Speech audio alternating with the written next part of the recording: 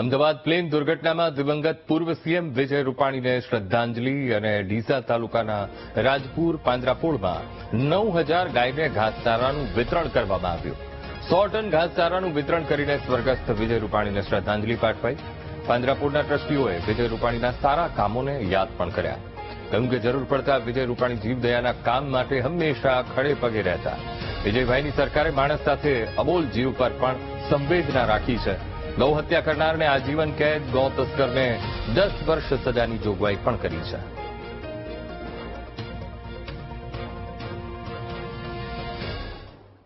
આપણા સ્વર્ગીય માનનીય મુખ્યમંત્રી, ભૂતપૂર્વ મુખ્યમંત્રી શ્રી વિજયભાઈ રૂપાણી અને અન્ય અનેક લોકો અમદાવાદની પ્લેન દુર્ઘટનામાં નિધન પામ્યા છે। એમના આત્માને સદગતિ મળે એવા મુખ્ય આશયથી શ્રી ડીસા રાજપુર જૈન પાંજરાપોળ દ્વારા આજે પશુઓના ઘાસચારા વિતરણનો કાર્યક્રમ રાખ્યો છે।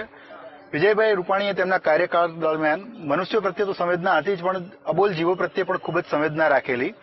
ગૌ હત્યા અટકાવવાના કાયદામાં ગૌ હત્યા કરનારને આજીવન કેદની સજા અને ગાયોનું ટ્રાન્સપોર્ટેશન કરનારને 10 વર્ષની સજાની જોગવાઈ કરેલી।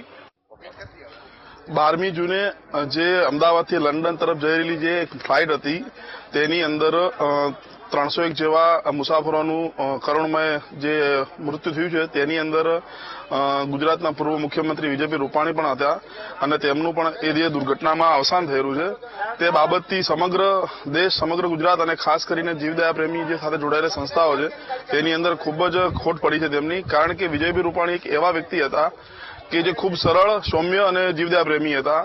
જ્યારે 2017-15ની અંદર જ્યારે પૂરની સ્થિતિ હતી એવું પ્રથમ વખત બન્યું છે કે જે એમને એક અઠવાડિયા સુધી જ્યાં આગળ પૂરગ્રસ્ત જગ્યા હતી ત્યાં આગળ એમની પોતાની આખી જે સરકાર અહીંયા બેસી ચલાવેલી બનાસકાંઠામાં, જે સૌ સાક્ષી છે,